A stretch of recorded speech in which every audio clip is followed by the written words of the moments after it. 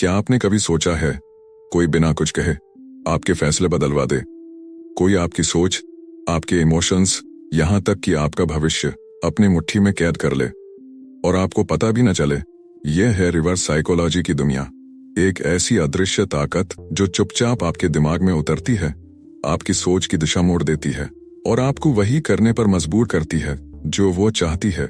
लेकिन जरा सोचिए, अगर यही ताकत आपके हाथ में आ जाए तो?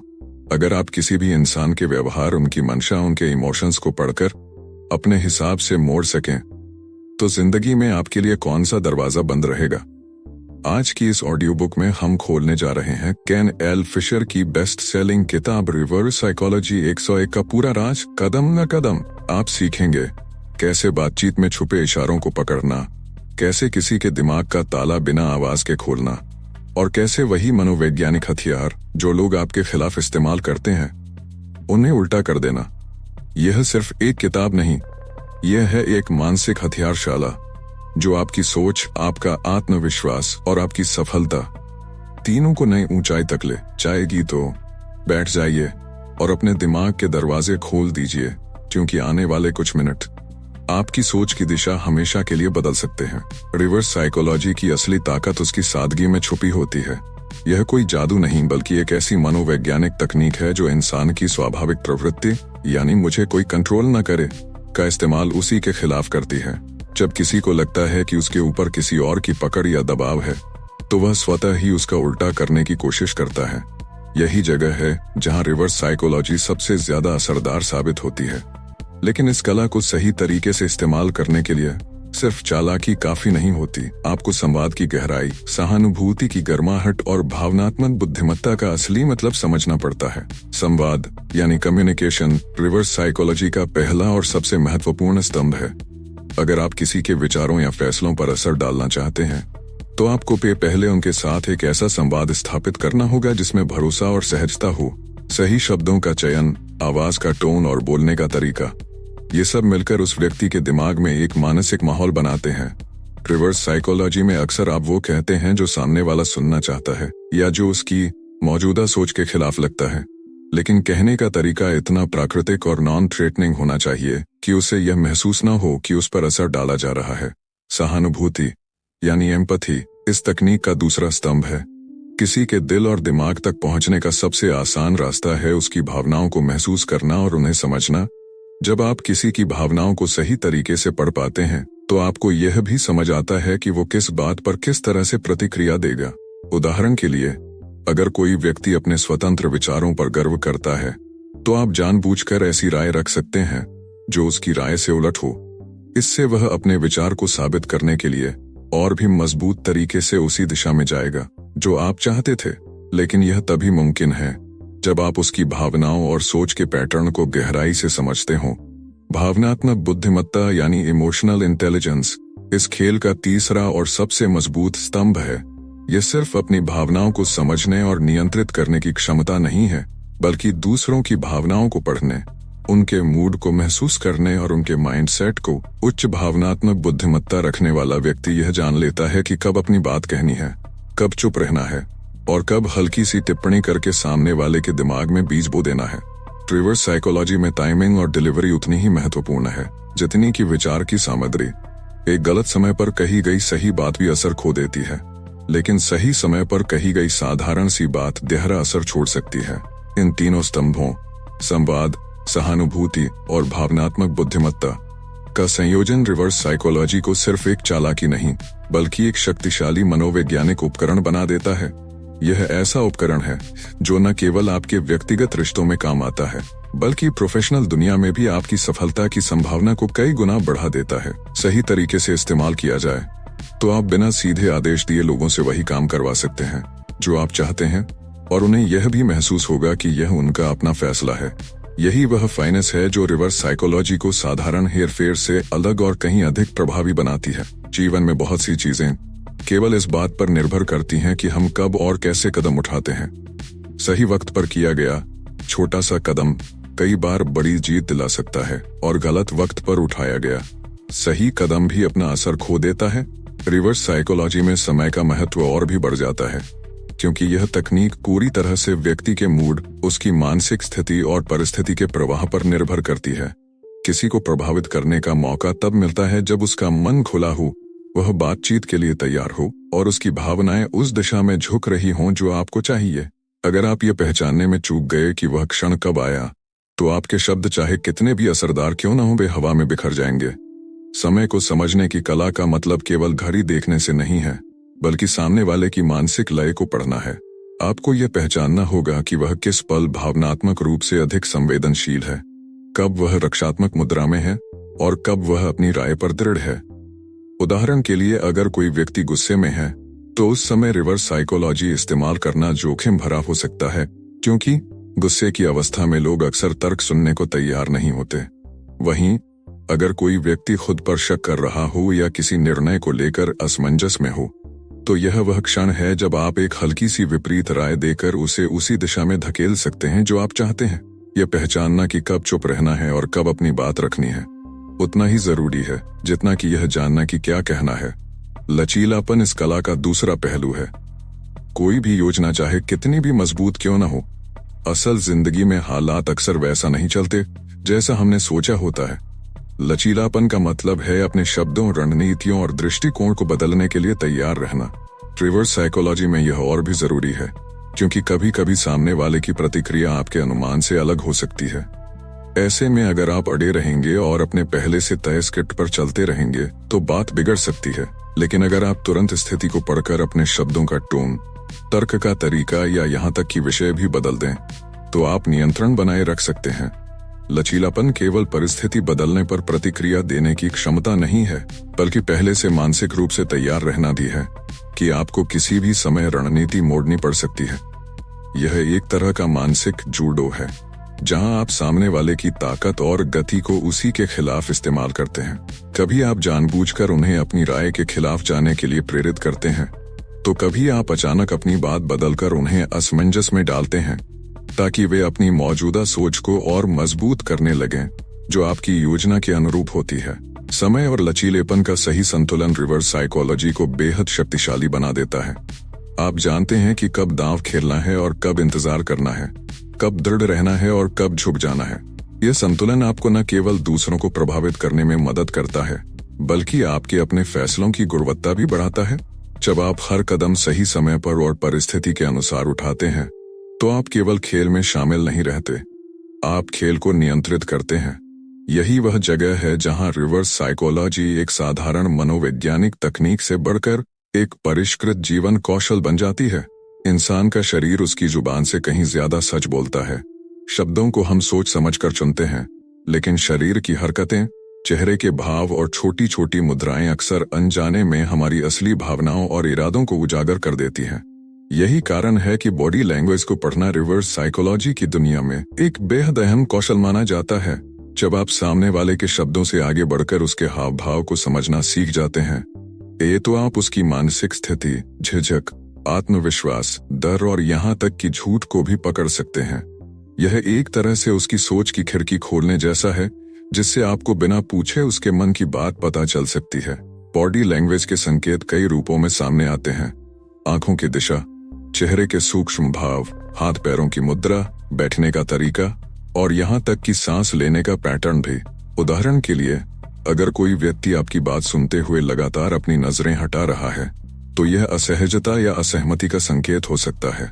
वहीं अगर वह बार बार सिर हिला रहा है और आंखों में सीधा संपर्क बनाए हुए है, तो यह इस बात का इशारा है कि वह आपकी बात से सहमत है या कम से कम उसे ध्यान से सुन रहा है। इन संकेतों को पहचानना आपको यह तय करने में मदद करता है कि आपको कब अपनी रणनीति बदलनी है और कब उसी दिशा में आगे बढ़ना है।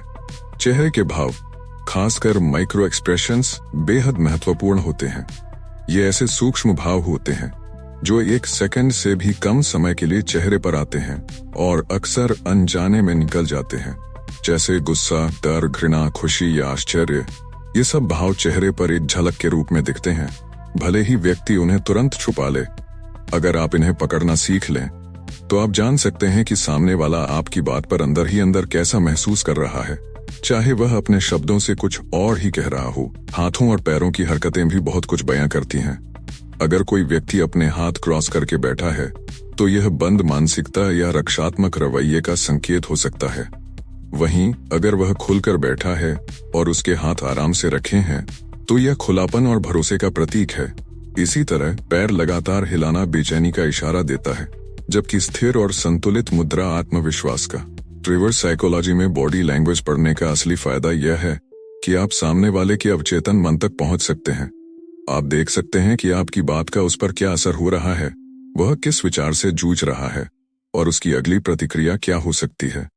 इससे आपको मौके पर ही अपनी रणनीति को एडजस्ट करने का मौका मिलता है। जैसे अगर आप देखते हैं कि आपकी बात सुनकर सामने वाला थोड़ा पीछे हट गया है या चेहरा सख्त हो गया है, तो आप तुरंत अपनी भाषा नरम कर सकते हैं या विषय बदल सकते हैं ताकि वह रक्षात्मक न हो। बॉडी लैंग्वेज का अध्ययन केवल दूसरों को समझने के लिए नहीं, बल्कि खुद को भी बेहतर तरीके से पेश करने के लिए जरूरी है। जब आप अपने हाव भाव को नियंत्रित करना सीख जाते हैं तो आप अपने इरादों को और प्रभावी ढंग से व्यक्त कर सकते हैं और लोगों पर सही तरह का असर डाल सकते हैं। शब्द भले ही धोखा दे सकते हैं, लेकिन शरीर की भाषा अक्सर सच्चाई का सबसे साफ आईना होती है, और इस आईने को पढ़ने की कला ही आपको मनोवैज्ञानिक खेल में एक कदम आगे रखती है। निकोलो मैकियावेली पुनर्जागरण काल के एक महान विचारक, राजनीति और शक्ति के खेल को समझने में माहिर माने जाते हैं। उनकी सबसे प्रसिद्ध रचना द प्रिंस आज भी शक्ति, रणनीति और नेतृत्व के क्षेत्र में एक बेमिसाल मार्गदर्शक मानी जाती है। मैकियावेली का मानना था कि वास्तविक दुनिया में आदर्शवाद से अधिक व्यवहारिकता काम करती है। उन्होंने यह समझाया कि यदि आप शक्ति हासिल करना और उसे बनाए रखना चाहते हैं तो आपको मानव स्वभाव, अवसर और खतरे, इन तीनों को गहराई से समझना होगा।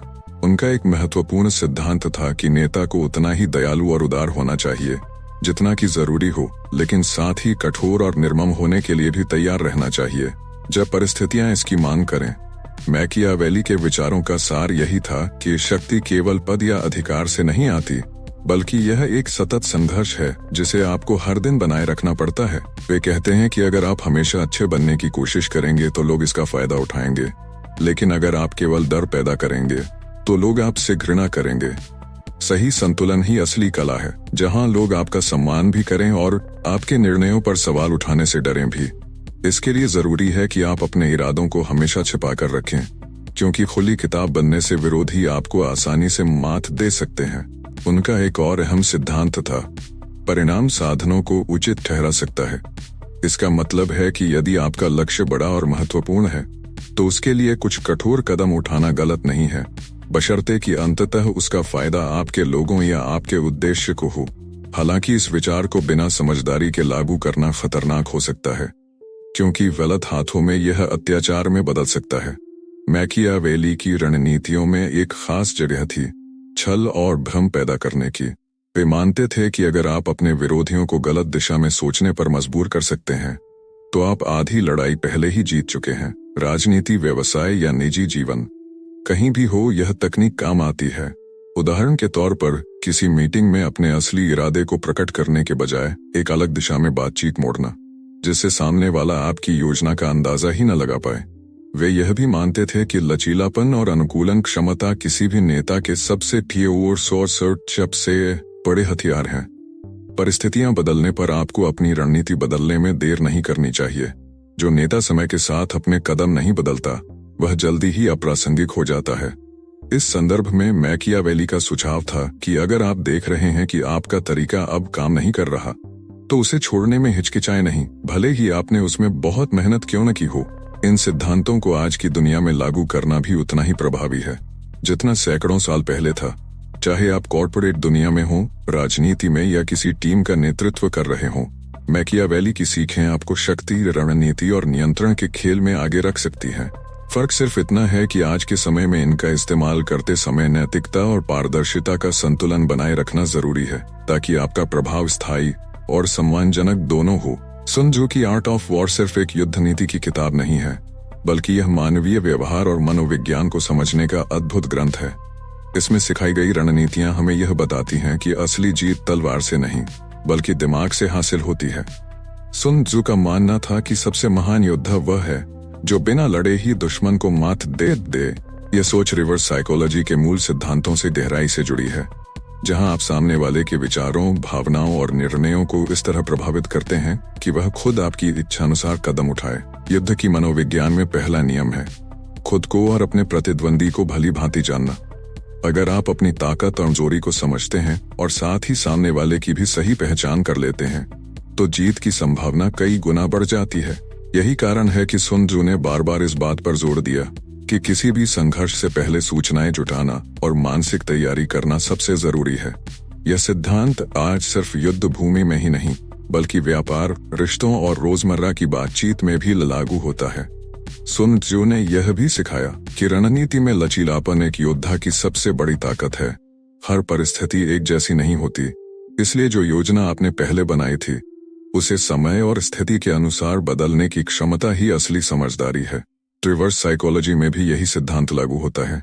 अगर आपका लक्ष्य है कि सामने वाला आपकी बात माने, तो आपको उसकी मानसिक स्थिति, मूड और परिस्थिति के अनुसार अपने शब्दों और व्यवहार को बदलना होगा। एक और महत्वपूर्ण सिद्धांत है दिखाओ कुछ और, करो कुछ और। युद्ध में अक्सर यह रणनीति अपनाई जाती थी कि दुश्मन को गलत दिशा में गुमराह किया जाए ताकि वह अपनी ताकत गलत जगह खर्च कर दे। यह रिवर्स साइकोलॉजी की ताकतवर तकनीक है। जब आप सामने वाले को यह विश्वास दिलाते हैं कि आप कुछ खास चाह रहे हैं जबकि आप कुछ खास चाह रहे हैं, जबकि आपका असली इरादा कुछ और होता है, इससे सामने वाला आपकी असली योजना से अनजान रहकर खुद ही आपके पक्ष में निर्णय ले लेता है। सुन त्जू की एक और शिक्षा है कि भावनाओं पर काबू रखना जीत की कुंजी है। जो व्यक्ति गुस्से या डर में आकर निर्णय लेता है, वह अक्सर गलतियां करता है। इसलिए उन्होंने सलाह दी कि हमेशा शांत रहें, स्थिति को ठंडे दिमाग से देखें और फिर कदम उठाएं। रिवर्स साइकोलॉजी में भी यही सच है। अगर आप अपनी भावनाओं पर काबू रखते हैं, तो आप सामने वाले की भावनाओं को बेहतर तरीके से पढ़ सकते हैं और उन्हें प्रभावी ढंग से दिशा दे सकते हैं। आर्ट ऑफ वॉर का असली सार यह है कि जीत केवल ताकत से नहीं, बल्कि बुद्धिमानी, धैर्य और मानसिक खेल से हासिल होती है। चाहे आप किसी बहस में हो, बिजनेस मीटिंग में या किसी रिश्ते को संभालने की कोशिश कर रहे हो। सुन त्जू की रणनीतिक सोच और रिवर्स साइकोलॉजी का मेल आपको हर परिस्थिति में आगे बढ़ने का रास्ता दिखा सकता है। यह हमें सिखाता है कि असली युद्ध मैदान हमारे दिमाग के अंदर होता है और जो इस खेल को समझ लेता है वह बिना तलवार उठाए भी विजेता बन सकता है। थिक फेस ब्लैक हार्ट की तकनीक आसान शब्दों में कहें तो यह एक मानसिक कवच और आंतरिक दृढ़ता का अभ्यास है। वह कला जो आपको आलोचना, अस्वीकृति और भावनात्मक उथल पुथल के बीच स्थिर रहने में मदद करती है। जब आप अपनी भावनाओं और फैसलों को दूसरों की राय से इतना प्रभावित नहीं होने देते कि आपकी दिशा बदल जाए, तो आप वास्तव में थिक फेस का अनुभव करते हैं। इसका मतलब है चेहरा मोटा रखना, निराशा, तिरस्कार या अपमान के बावजूद अपना आत्मसम्मान और उद्देश्य नहीं खोना। वहीं ब्लैक हार्ट उस तरह की आंतरिक कठोरता को दर्शाता है जो आपको आवश्यकता अनुसार कठोर निर्णय लेने की क्षमता देती है, बिना अपनी सारी संवेदनशीलता खोए। यह कोई अमानवीय निर्दयता नहीं है, बल्कि भावनात्मक नियंत्रण और रणनीतिक ठहराव है जो आपको तब भी शांत और केंद्रित रखता है जब बाकी लोग घबरा कर प्रतिक्रिया दे रहे हों। इस दृष्टिकोण की उपयोगिता रिवर्स साइकोलॉजी में विशेष रूप से स्पष्ट होती है। जब आप दूसरों के दबाव, अपराध बोध या मनोवैज्ञानिक चालों में फंसने की बजाय खुद के इरादों पर दृढ़ रहते हैं, तो आप उनकी चालों को आसानी से पहचान कर पलटने में सक्षम हो जाते हैं। बहुत बार लोग वही करते हैं जो आप उनसे अपेक्षित रूप से नहीं कराते, और यही मौका है। थिक फेस आपको वह आत्मविश्वास देता है कि आप स्थिति पर धैर्य रखें, सामने वाले की हरकतों पर ओवर रिएक्ट न करें और सही समय पर अपना कदम रखें। ब्लैक हार्ट आपको निर्णय लेने की स्पष्टता देता है, कब संयम रखना है, कब आक्रामक तरीके से सीमा स्पष्ट करनी है और कब रणनीति बदलनी है। इसे व्यवहारिक जीवन में लागू करने का मतलब यह है कि आप आलोचना से आसानी से झुकते नहीं, आप असफलताओं को व्यक्तिगत अस्वीकृति मानकर टूटते नहीं। जब कोई आपको नीचा दिखाने की कोशिश करे, थिक फेस आपको बताता है कि यह उनकी बात है, आपका काम आपका लक्ष्य है। और जब किसी बदलाव या मुश्किल निर्णय की घड़ी आए, ब्लैक हार्ट आपको सिखाता है कि आपकी प्राथमिकता परिणाम और सुरक्षा होनी चाहिए, चाहे यह निर्णय कठिन और अप्रिय ही क्यों न हो। इस तरह की मानसिकता नेताओं, उद्यमियों और उन लोगों के लिए बेहद जरूरी है जो तेजी से बदलते माहौल में स्थिर रहकर निर्णायक कदम उठाते हैं। फिर भी इसका गलत इस्तेमाल भी खतरनाक हो सकता है। थिक फेस ब्लैक हार्ट का अर्थ यह नहीं कि आप नैतिकता या सहानुभूति को पूरी तरह छोड़ दें। सही संतुलन वही है जिसमें आप दूसरों की भावनाओं को समझें पर उनकी चालों से खुद को नियंत्रित न होने दें। संवेदनशीलता और कठोरता के बीच यह संतुलन ही रिवर्स साइकोलॉजी में आपकी ताकत बनता है। आप दूसरों के इमोशंस को पढ़कर उनका फायदा उठाते हैं, पर उनकी भलाई और अपने मूल सिद्धांतों को नजरअंदाज नहीं करते। जब आप इस संतुलन को बनाए रखते हैं तो आप न सिर्फ आत्मरक्षा कर पाते हैं बल्कि अपनी प्रभावशीलता भी बढ़ाते हैं। लोगों को उनकी ही ताकत से मोड़कर आप उन्हें अपने लक्ष्य की दिशा में ले जा सकते हैं। अभ्यास के स्तर पर यह रोजमर्रा की छोटी छोटी चुनौतियों से शुरू होता है। किसी की बुरी टिप्पणी को व्यक्तिगत रूप से ना लेना, मीटिंग में शांत बने रहकर सही पल पर अपना दृष्टिकोण रखने की आदत डालना और रिश्तों में सीमाएं स्पष्ट करना ताकि आपका मनोबल टूटे नहीं। समय के साथ यह हैबिट बन जाती है। आपका आत्मविश्वास गहरा होता है, आपकी निर्णय क्षमता तेज होती है और आपकी प्रतिक्रिया नियंत्रित रहती है। असल जीत यही है कि जब दुनिया ने आपका सामना करने के लिए जोर लगाया हो तब भी आप अपने उद्देश्य पर अडिग रहे। यह थिक फेस ब्लैक हार्ट का सार है। यदि आप इसे नैतिकता के सापेक्ष संतुलित रहते हुए अपनाते हैं तो यह न केवल आपको मानसिक मजबूती देगा बल्कि रिवर्स साइकोलॉजी के मास्टर होने का रास्ता भी खोलेगा। गैसलाइटिंग एक ऐसी मानसिक हेरफेर की तकनीक है जिसमें कोई व्यक्ति आपको बार बार इस तरह से भ्रमित करता है कि आप अपनी ही याददाश्त, सोच और फैसलों पर शक करने लगते हैं। यह एक धीमी, चालाक और गहरी मनोवैज्ञानिक प्रक्रिया होती है जो अक्सर किसी रिश्ते, कार्यस्थल या सामाजिक परिस्थिति में होती है। गैसलाइटिंग करने वाला व्यक्ति आपके भरोसे, आत्मसम्मान और आत्मविश्वास को धीरे धीरे तोड़ता है ताकि आप पूरी तरह उस पर निर्भर हो जाएं। उदाहरण के लिए, अगर आपने किसी बात को साफ साफ देखा या सुना है तो वह व्यक्ति आपको यकीन दिलाने की कोशिश करेगा कि आपने गलत देखा या सुना या फिर आपकी याददाश्त कमजोर है। समय के साथ यह तकनीक इतनी असर डालती है कि पीड़ित व्यक्ति अपनी ही वास्तविकता पर सवाल उठाने लगता है। गैसलाइटिंग को पहचानने का पहला कदम है अपने अनुभवों और भावनाओं पर भरोसा करना। अगर आपको बार बार लगता है कि कोई आपको गलत साबित करने की कोशिश कर रहा है जबकि आपके पास स्पष्ट सबूत या यादें हैं तो यह एक चेतावनी संकेत हो सकता है। गैसलाइटिंग करने वाला अक्सर मीठे शब्दों और विश्वास दिलाने वाली आवाज में बात करता है ताकि आपको लगे कि वह आपकी भलाई चाहता है, लेकिन असल में वह आपके मानसिक नियंत्रण को अपने हाथ में लेना चाहता है। वे आपके आत्मविश्वास को चोट पहुंचाने के लिए ऐसी बातें कह सकते हैं जैसे तुम हमेशा ज्यादा सोचते हो, ये सब तुम्हारा वहम है, या तुम्हें याद ही गलत रहता है। इससे बचने का सबसे प्रभावी तरीका है अपनी सच्चाई का रिकॉर्ड रखना। आप डायरी लिख सकते हैं, ऑडियो या वीडियो रिकॉर्डिंग कर सकते हैं या फिर किसी विश्वसनीय दोस्त या परिवार के सदस्य से अपने अनुभव साझा कर सकते हैं। इससे आपको ये साबित करने में मदद मिलेगी कि आपकी याददाश्त और समझ सही है। इसके अलावा आपको अपनी सीमाएं तय करनी होंगी। अगर कोई व्यक्ति बार बार आपके विचारों और अनुभवों को गलत ठहराने की कोशिश कर रहा है तो स्पष्ट रूप से कहें कि आप इस तरह की बातों को स्वीकार नहीं करेंगे। गैसलाइटिंग में अक्सर भावनात्मक ब्लैकमेल भी शामिल होता है। व्यक्ति आपको यह महसूस कराने की कोशिश करता है कि बिना उसके आप कुछ नहीं हैं या वह ही आपका एकमात्र सहारा है। यह मानसिक जाल आपको और गहराई में फंसा सकता है, इसलिए जरूरी है कि आप अपने सपोर्ट सिस्टम को मजबूत रखें। दोस्तों, परिवार या किसी मानसिक स्वास्थ्य विशेषज्ञ से खुलकर बात करें ताकि आपको बाहरी दृष्टिकोण मिल सके। सबसे महत्वपूर्ण बात यह है कि गैसलाइटिंग से बचने के लिए आपको अपने आत्मसम्मान और आत्मविश्वास को मजबूत करना होगा। अपने फैसलों, अनुभवों और भावनाओं पर यकीन करना सीखें। याद रखें, कोई भी व्यक्ति आपकी मानसिक स्वतंत्रता और सोचने की क्षमता छीनने का अधिकार नहीं रखता। जब आप अपनी सच्चाई के साथ मजबूती से खड़े होते हैं तो गैसलाइटिंग करने वाला व्यक्ति अपनी ताकत खो देता है। अपनी मानसिक सुरक्षा के लिए सचेत, सतर्क और आत्मविश्वासी रहना ही इस हेरफेर से बचने का सबसे प्रभावी तरीका है।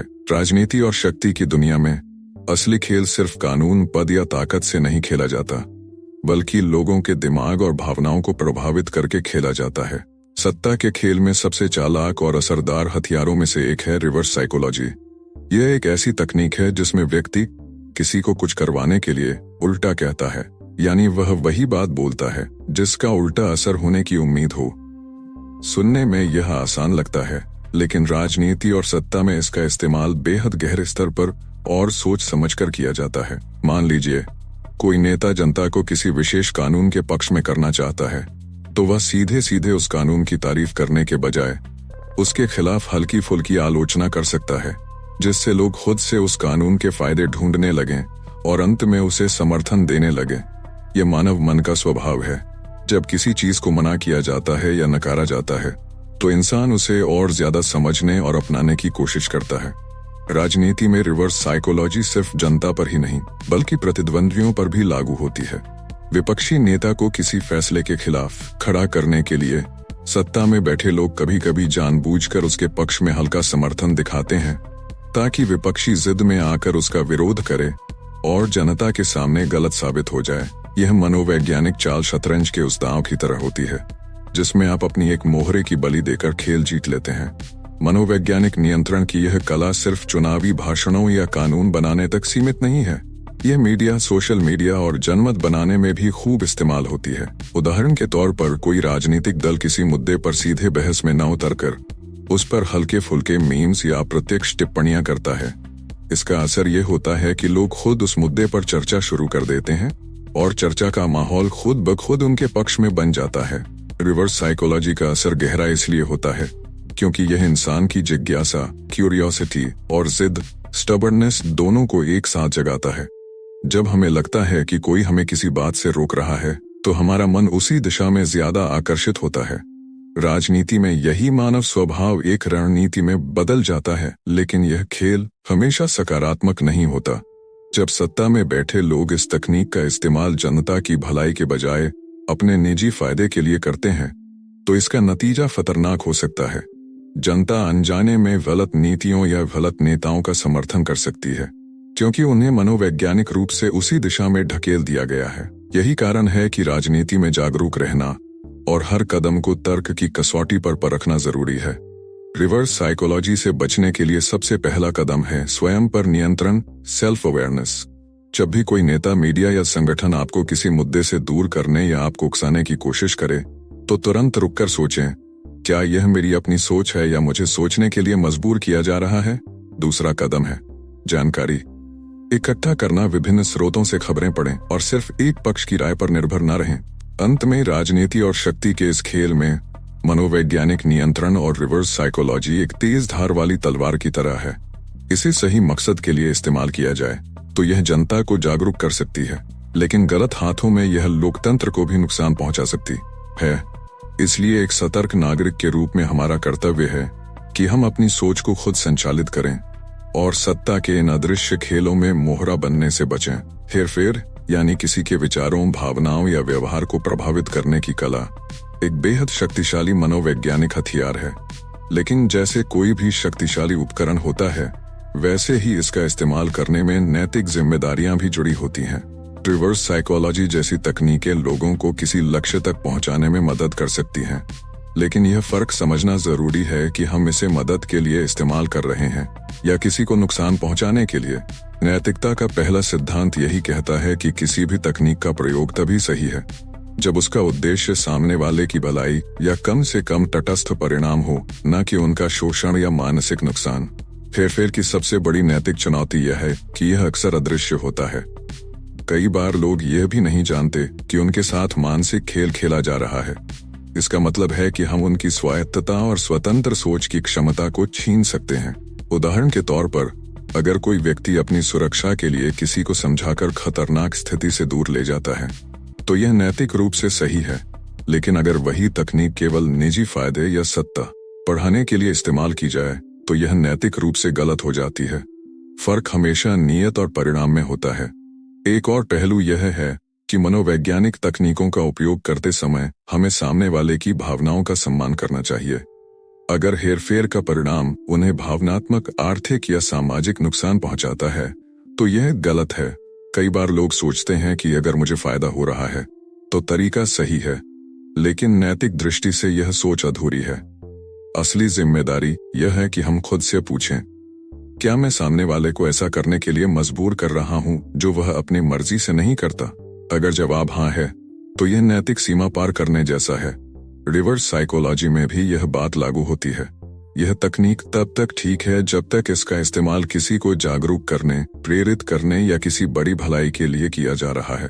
उदाहरण के तौर पर, अगर कोई बच्चा पढ़ाई से भागता है और माता पिता मजाक में कहते हैं, अच्छा मत पढ़ो, वैसे भी सब फेल हो जाओगे, और इससे बच्चा पढ़ने लगता है, तो यह छोटे पैमाने पर सही है। लेकिन अगर इसी तरीके से किसी के करियर, रिश्तों या मानसिक स्वास्थ्य को बिगाड़ा जाए, तो यह गहरी चोट पहुंचा सकता है। नैतिक जिम्मेदारी का मतलब यह भी है कि हमें अपनी शक्ति और ज्ञान का संतुलित इस्तेमाल करना आना चाहिए। अगर हमारे पास किसी को प्रभावित करने की क्षमता है, तो हमें यह भी समझना होगा कि हर इंसान की अपनी आजादी और सोचने का हक है। तकनीक का इस्तेमाल उनके निर्णय लेने की क्षमता को खत्म करने के बजाय उसे मजबूत करने के लिए होना चाहिए। इसके अलावा किसी भी तरह की मनोवैज्ञानिक चाल चलने से पहले यह सोचना जरूरी है कि अगर यही तरीका मेरे खिलाफ इस्तेमाल किया जाए तो मुझे कैसा लगेगा। यह सोच हमें अपने कार्यों के दीर्घकालिक प्रभाव समझने में मदद करती है। आखिरकार हेरफेर की नैतिकता का मूल यह है कि इरादा और असर दोनों साफ और सकारात्मक हों। जब हमारा लक्ष्य केवल अपनी शक्ति बढ़ाना, अपने फायदे को सुरक्षित करना या दूसरों को अपने नियंत्रण में रखना हो, तो हम नैतिक रास्ते से भटक जाते हैं। लेकिन जब हम इन तकनीकों का इस्तेमाल सच में मदद करने, सही दिशा दिखाने या किसी को नुकसान से बचाने के लिए करते हैं, तब यह न सिर्फ नैतिक रूप से सही होता है, बल्कि इंसानियत के असली मूल्यों के करीब भी होता है। इसीलिए मनोवैज्ञानिक तकनीकों का इस्तेमाल करने से पहले अपने इरादों की जांच करना और यह सुनिश्चित करना बेहद जरूरी है कि हमारे कदम किसी की स्वतंत्रता छीनने के बजाय उसे सशक्त बनाएं।